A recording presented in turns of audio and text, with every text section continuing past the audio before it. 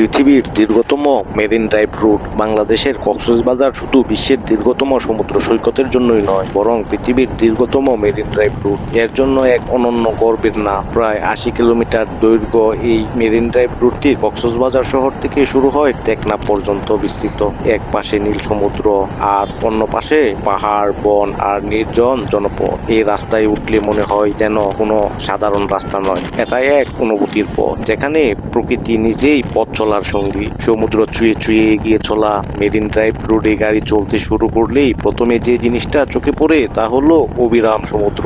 কোথাও শান্ত ঢেউ, আবার কোথাও উত্তাল ঢেউ এসে রাস্তার ধারে ভেঙে পড়ছে। গাড়ি চালাতে চালাতে নোনতা জলের গন্ধ আর হালকা বাতাস মনটাকে একদম হালকা করে দেয়। এখানে এসে যেন ধীরে চলে সময়। রাস্তার দুপাশে প্রকৃতি এতটাই জীবন্ত যে গতি কমিয়ে শুধু তাকিয়ে থাকতে ইচ্ছে করে। পাহাড়, বন আর নিস্তব্ধ প্রকৃতি মেরিন ড্রাইভ রোডের আরেকটি সৌন্দর্য হলো এর বৈচিত্র্য। একদিকে বিশাল সমুদ্র, অন্যদিকে সবুজ বনভূমি। এই পথ খুব বেশি কোলাহল নেই। কিছু জায়গায় শুধু পাখির ডাক, ঢেউয়ের শব্দ, বাতাসের শুশু আওয়াজ, নিস্তব্ধতা প্রকৃতির বিলাস। মেরিন ড্রাইভ রোডের সবচেয়ে মায়াবী সময় হচ্ছে বিকেল আর সূর্য অস্তে। সূর্য যখন ধীরে ধীরে সমুদ্রে ডুবে যায়, আকাশ রঙিন হয়ে ওঠে লাল, কমলা আর বেগুনি আলো, তখন রাস্তার পাশে দাঁড়িয়ে থাকা মানুষগুলো চুপচাপ সেই দৃশ্য উপভোগ করে। কেউ ছবি তুলে, কেউ শুধু তাকিয়ে থাকে। এই মুহূর্তগুলো ভাষায় প্রকাশ করা কঠিন। এখানে দাঁড়িয়ে মনে হয় জীবনের সব ব্যস্ততা